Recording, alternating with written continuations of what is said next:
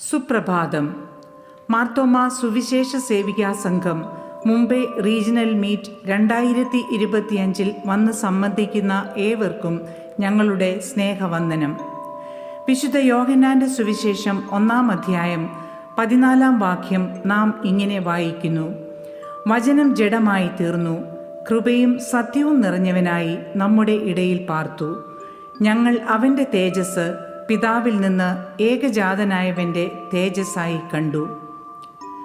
വചനം ജഡമായി തീർന്ന ആ സുദിനത്തെ ആഘോഷിക്കുന്ന ഒരു ക്രിസ്തുമസ് കാലം വീണ്ടും ആഗതമായിരിക്കുന്നു. ഈ വേദഭാഗത്തെ ആധാരമാക്കി ദൈവത്വമുള്ള മനുഷ്യരാകുക അഥവാ a call to be godly humans എന്ന ധ്യാന ചിന്തയ്ക്കായി നാം ഒരുങ്ങുമ്പോൾ ഈ വചനം ഞങ്ങൾക്ക് പകർന്നു നൽകിയ ചില ഉൾക്കാഴ്ചകൾ ഞങ്ങൾ നിങ്ങളുമായി പങ്കുവയ്ക്കട്ടെ. സദയം ശ്രദ്ധിച്ചാലും. മോളെ, നീ അവിടെ എന്ത് ചെയ്യുവാ? ഇങ്ങോട്ടൊന്ന് വന്നേ. എന്തുവാ അമ്മച്ചി? ഞാനിവിടെ മൊബൈലിൽ ഗെയിം കളിച്ചോണ്ടിരിക്കുവല്ലേ. ആഹാ, അത് കൊള്ളാമല്ലോ. അവിടെങ്ങാനും മൊബൈൽ വെച്ചിട്ട് മോൾ ഇങ്ങോട്ടൊന്ന് വന്നേ. ഇന്ന് പപ്പായും മാമിയും ഓഫീസിൽ നിന്ന് വരുമ്പോഴേക്കും നമുക്കൊരു സർപ്രൈസ് കൊടുക്കാം. എന്തോ സർപ്രൈസിന്റെ കാര്യമാ അമ്മച്ചി പറയുന്നത്? അമ്മച്ചി എന്തോ ചെയ്യുന്നത്?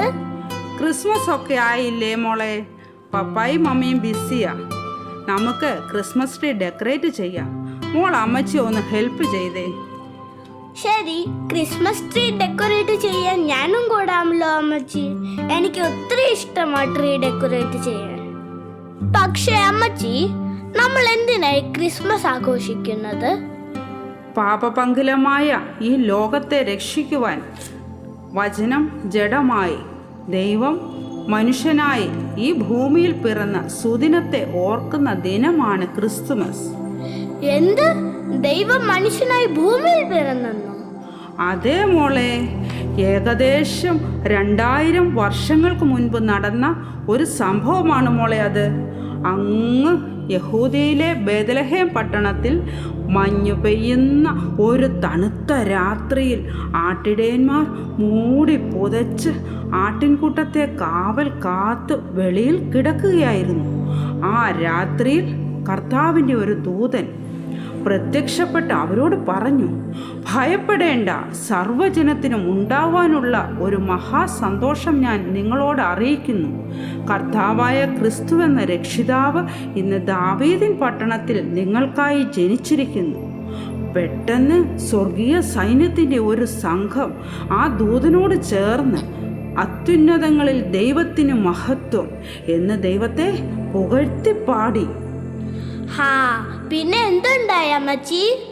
ആ ദൂതന്മാർ ആട്ടിടയന്മാരെ വിട്ട് സ്വർഗത്തിൽ പോയ ശേഷം ഇടയന്മാർ ബേത്ലഹേമിൽ ചെന്ന് മറിയയെയും യോസഫിനെയും പശുത്തൊട്ടിയിൽ കിടക്കുന്ന ശിശുവിനെയും കണ്ടു വണങ്ങി. ആ ശിശു ആരായിരുന്നു അമ്മച്ചി? പറയാം മോളെ, പറയാം. ആ ശിശുവായിരുന്നു ലോകരക്ഷകനായ ക്രിസ്തു. ആ ക്രിസ്തുവിൻ്റെ ജനനമാണ് നമ്മൾ ക്രിസ്തുമസ് ആയിട്ട് ആഘോഷിക്കുന്നത്. മോൾക്ക് മനസ്സിലായോ? മനസ്സിലായി. പക്ഷേ അമ്മച്ചി, ക്രിസ്മസിന് എന്തിനാ നമ്മൾ ഈ സ്റ്റാർ ഇടുന്നത്? അതും പറഞ്ഞു തരാമല്ലോ.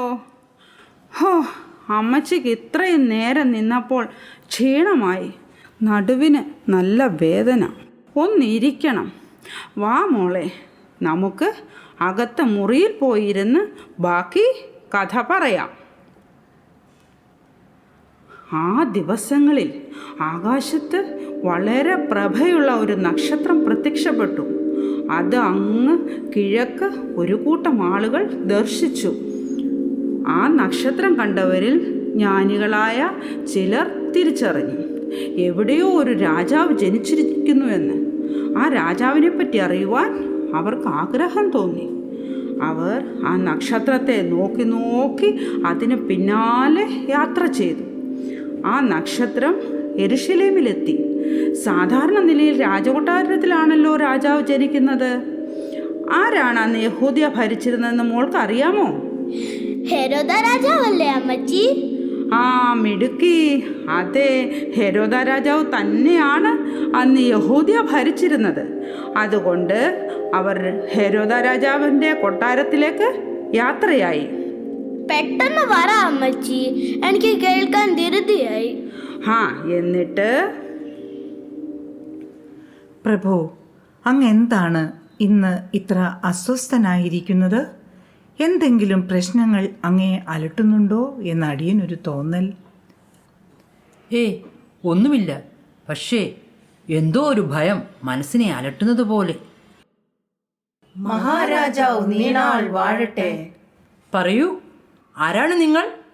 വണക്കം പ്രഭു, ഞങ്ങൾ അങ്ങ് കിഴക്ക് നിന്നും വന്ന വിദ്വാൻമാരാകുന്നു. വിദ്വാൻമാർക്ക് എൻ്റെ രാജകൊട്ടാരത്തിൽ എന്തു കാര്യം? പ്രഭു, യഹൂദന്മാരുടെ രാജാവായി പിറന്നവൻ എവിടെ? ഞങ്ങൾ അവൻ്റെ നക്ഷത്രം കിഴക്ക് കണ്ട് അവനെ നമസ്കരിപ്പാൻ വന്നിരിക്കുന്നു. എന്തേ, യഹൂദന്മാർക്ക് രാജാവ് പിറന്നോ? ആരെവിടെ? മഹാപുരോഹിതന്മാരും ശാസ്ത്രിമാരും ഉടനടി കൊട്ടാരത്തിൽ വരുവാൻ ഏർപ്പാടുകൾ ചെയ്യൂ. ഉത്തരവ് പോലെ പ്രഭു.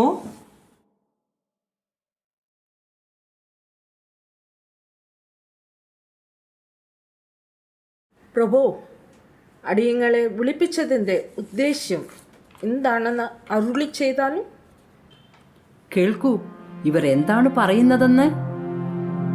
യഹൂദന്മാർക്ക് ഒരു രാജാവ് പിറന്നിരിക്കുന്നു പോലും. അവന്റെ നക്ഷത്രം കണ്ട് അവനെ നമസ്കരിക്കുവാൻ ഇവർ വന്നിരിക്കുകയാണ് പോലും. നാം അറിയാതെ നമ്മുടെ കൊട്ടാരത്തിൽ ഒരു രാജകുമാരൻ പിറക്കുകയോ? അസാധ്യം, അസാധ്യം. ഏത് രാജകുമാരൻ?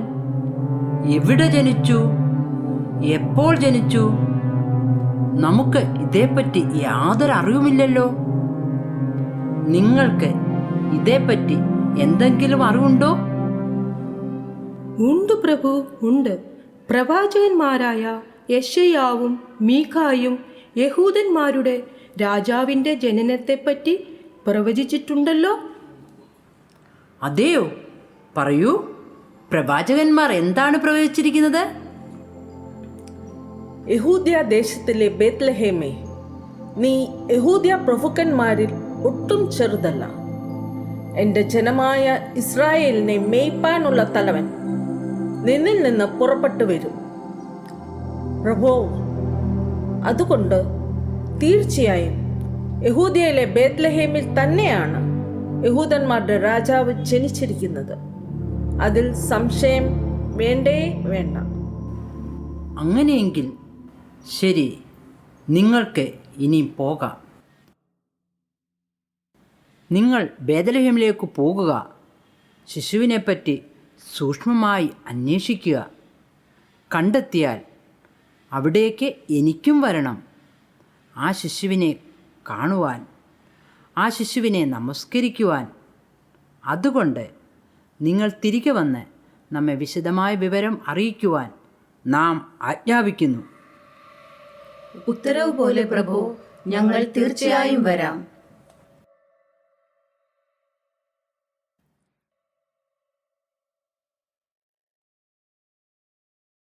അതാ, നിങ്ങൾ അങ്ങോട്ടൊന്ന് നോക്കൂ.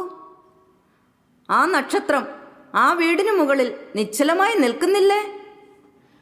നമുക്ക് ആ വീട്ടിനുള്ളിൽ ഒന്ന് കയറി നോക്കിയാലോ? തീർച്ചയായും നമുക്കൊന്ന് കയറി നോക്കാം. ഹോ, എന്തൊരു തേജസ്സാണ് ഈ കുഞ്ഞിന്റെ മുഖത്തിന്. നമ്മൾ കണ്ട നക്ഷത്രത്തിന്റെ പ്രഭയേക്കാൾ ദിവ്യമായ ഒരു പ്രകാശം. ഇത് ദൈവത്തിൻ്റെ തേജസ് തന്നെയാണ്. നമ്മൾ അന്വേഷിച്ചു വന്ന രാജാവ് ഇവൻ തന്നെ. അതെ, നാം അന്വേഷിച്ച രാജാവിനെ നാം കണ്ടെത്തിയിരിക്കുന്നു. അങ്ങനെ യേശുകുഞ്ഞിനെ കണ്ട് വണങ്ങി നമസ്കരിച്ചിട്ട് വിദ്വാൻമാർ മടങ്ങിപ്പോയി. പക്ഷേ മോൾക്കറിയാമോ, അവർ ഹെരോദ രാജാവിൻ്റെ കൊട്ടാരം വഴി അല്ല മടങ്ങിപ്പോയത്. അതെന്താ അമ്മച്ചി അവർ ഹെരോദ രാജാവിനെ കാണാതെ പോയത്? ഹെരോദ രാജാവ് അവരെ കാത്തിരിക്കുവല്ലായിരുന്നോ? പറയാം. യേശുകുഞ്ഞിനെ നമസ്കരിച്ചു കഴിഞ്ഞപ്പോൾ വിദ്വാൻമാർക്ക് സ്വപ്നത്തിൽ ദൈവത്തിൻ്റെ ഒരു അരുളപ്പാടുണ്ടായി. എന്താണെന്നോ, നിങ്ങൾ വേറെ വഴിയായി സ്വദേശത്തേക്ക് മടങ്ങിപ്പോകണം. ആ ദൈവിക അരുളപ്പാടനുസരിച്ച് അവർ വേറെ വഴിയായി മടങ്ങിപ്പോയി. ഓ, ആ വിദ്വാന്മാർക്ക് എന്തൊരു ധൈര്യം! അവർ രാജകൽപ്പന ലംഘിച്ചു അല്ലേ അമ്മച്ചി? അതെ മോളെ, അവർ കണ്ട് നമസ്കരിച്ചത് ദൈവപുത്രനായ ക്രിസ്തുവിനെ ആയിരുന്നു. അവരുടെ സമ്പൂർണ്ണ സമർപ്പണം ഏത് പ്രതിസന്ധിയിലും ദൈവിക അരുളപ്പാടുകൾ അനുസരിക്കുവാനുള്ള ധൈര്യം അവർക്ക് നൽകി. അതിരിക്കട്ടെ, ഇപ്പോൾ മോൾക്ക് നക്ഷത്രവും ക്രിസ്തുമസും തമ്മിലുള്ള ബന്ധം മനസ്സിലായോ? യെസ്, മനസ്സിലായി. വിദ്വാന്മാരെ യേശുക്കുഞ്ഞിന്റെ അടുത്തേക്ക് നയിച്ച ആ നക്ഷത്രത്തിന്റെ ഓർമ്മയ്ക്കല്ലേ നമ്മൾ ഈ സ്റ്റാർ ഇടുന്നത്? മിടുക്കി, എൻ്റെ മോൾക്ക് എല്ലാം മനസ്സിലായി അല്ലേ? എല്ലാം മനസ്സിലായി അമ്മച്ചി. താങ്ക് യു സോ മച്ച് അമ്മച്ചി. മോൾ ശ്രദ്ധിച്ചോ? യേശുവിനെ തേടിയിറങ്ങിയ വിദ്വാൻമാർക്ക് മാത്രമേ അവനെ കാണുവാൻ സാധിച്ചുള്ളൂ. എന്നാൽ മോളെ, യഹൂദന്മാരുടെ രാജാവ് യഹൂദിയയിലെ ബേത്ലഹേമിലാണ് ജനിക്കുന്നതെന്ന് വിദ്വാൻമാർക്ക് പറഞ്ഞുകൊടുത്ത മഹാപുരോഹിതനും ശാസ്ത്രിമാർക്കും ഒന്നും യേശുക്കുഞ്ഞിനെ കാണുവാൻ സാധിച്ചില്ല. അതെന്താ അമ്മച്ചി അവർക്ക് യേശുക്കുഞ്ഞിനെ കാണാൻ പറ്റാഞ്ഞത്? വിദ്വാൻമാർ കണ്ട ആ ദിവ്യ നക്ഷത്രം തങ്ങൾ കാത്തിരുന്ന മശിഹായുടെ ജനനത്തെ വിളിച്ചറിയിക്കുന്നതാണ് എന്ന് മനസ്സിലാക്കുവാൻ അവർക്ക് കഴിഞ്ഞില്ല. മോളെ, ദൈവവചനം അറിഞ്ഞതുകൊണ്ട് മാത്രമായില്ല, ദൈവവചനം വിശ്വസിച്ച് അത് കാണിച്ചു തരുന്ന വഴിയിലൂടെ സഞ്ചരിച്ചെങ്കിൽ മാത്രമേ യേശുവിനെ കാണുവാൻ സാധിക്കുകയുള്ളൂ. മനസ്സിലായി അമ്മച്ചി, എനിക്ക് മനസ്സിലായി. മോളെ, മഹാപുരോഹിതനും ശാസ്ത്രിമാർക്കും മാത്രമല്ല, ശിശുവിനെ കാണുവാൻ താല്പര്യം പ്രകടിപ്പിച്ച ഹെരോദ രാജാവിനും യേശുക്കുഞ്ഞിനെ കാണുവാൻ കഴിഞ്ഞില്ല. ശരിയാണല്ലോ. അതെന്താ അമ്മച്ചി ഹെരോദാവിന് യേശുക്കുഞ്ഞിനെ കാണാൻ പറ്റാഞ്ഞത്? കാരണം ശിശുവിനെ കാണണമെന്ന് ഹെരോദാവ് ആഗ്രഹിച്ചത് നല്ല ഉദ്ദേശത്തോടു കൂടെ ആയിരുന്നില്ല. പിന്നെ എന്തിനായിരുന്നെന്നോ? തൻ്റെ രാജ്യത്വത്തിന് ആ കുഞ്ഞ് ഭീഷണിയാവുമെന്ന് കരുതി ആ കുഞ്ഞിനെ കൊന്നുകളയാനായിരുന്നു. അയ്യോ, യേശുക്കുഞ്ഞിനെ കൊന്നുകളയാനായിരുന്നു രാജാവ് ആഗ്രഹിച്ചിരുന്നത്. അത്ര സെൽഫിഷ് ആയിരുന്നു അമ്മച്ചി ഹെരോദ രാജാവ്? അതേ മോളെ, പലപ്പോഴും നമ്മുടെ സ്വാർത്ഥപരമായ ആഗ്രഹങ്ങൾ നേടിയെടുക്കുവാനുള്ള ഉപകരണം മാത്രമായാണ് നാം യേശുവിനെ കാണുന്നത്. എന്നാൽ യഥാർത്ഥമായി നാം യേശുവിനെ കാണുവാൻ ആഗ്രഹിച്ച് ദൈവവചനം കാണിച്ചു തരുന്ന വഴിയിലൂടെ സഞ്ചരിക്കുമ്പോൾ നാം യേശുവിൽ എത്തിച്ചേരും. അങ്ങനെ നമ്മൾ യേശുവിനെ പോലെ സ്നേഹവും ദയയും ക്ഷമയും ധൈര്യവുമൊക്കെ ഉള്ളവരായി മാറും. അങ്ങനെ നാം ദൈവിക തേജസ്സുള്ള ദൈവത്വമുള്ള മനുഷ്യരായി തീരും. അമ്മച്ചി, എനിക്കും വിദ്വാന്മാരെ പോലെ യേശുക്കുഞ്ഞിനെ കാണാൻ കൊതിയായി. ദൈവമേ, അങ്ങയ്ക്ക് സ്തുതി, ആയിരം സ്തുതി. എൻ്റെ കുഞ്ഞിനും ഈ ക്രിസ്തുമസിന് അങ്ങയെ കാണുവാൻ യഥാർത്ഥമായ ആഗ്രഹമുണ്ടായല്ലോ. വാ മോളെ, നമുക്കും പോകാം നമ്മുടെ രക്ഷകനായ യേശു കർത്താവിൻ്റെ അടുക്കലേക്ക്. അവനെ കണ്ടു വണങ്ങി ദൈവത്വമുള്ള മനുഷ്യരാകാം. ഈ ഭൂമിയെ അലങ്കരിക്കുന്ന ദൈവത്തിൻ്റെ നക്ഷത്ര വിളക്കുകളാകാം. സത്യദൈവത്തിൻ ഏകപുത്രനാം നിന്നിൽ വിശ്വസിക്കുന്നു ഞാൻ. സത്യദൈവത്തിൻ ഏകപുത്രനാം നിന്നിൽ വിശ്വസിക്കുന്നു ഞാൻ. വരും കാലമൊക്കെയും നിൻ കൃപാവരങ്ങൾ ചൊരിയുക എന്നിൽ. വരും കാലമൊക്കെയും നിൻ കൃപാവരങ്ങൾ ചൊരിയുക എന്നിൽ. അങ്ങനെ യേശുവിൻ്റെ ഭാവമുള്ളവരായി ദൈവത്വമുള്ള മനുഷ്യരായി ഈ ലോകത്തിൽ നമുക്ക് ജീവിക്കാം. ഏവർക്കും കല്യാൺ മാർത്തോമ സുവിശേഷ സേവികാ സംഘത്തിൻ്റെ ഹൃദയം നിറഞ്ഞ ക്രിസ്തുമസ് നവവത്സര ആശംസകൾ.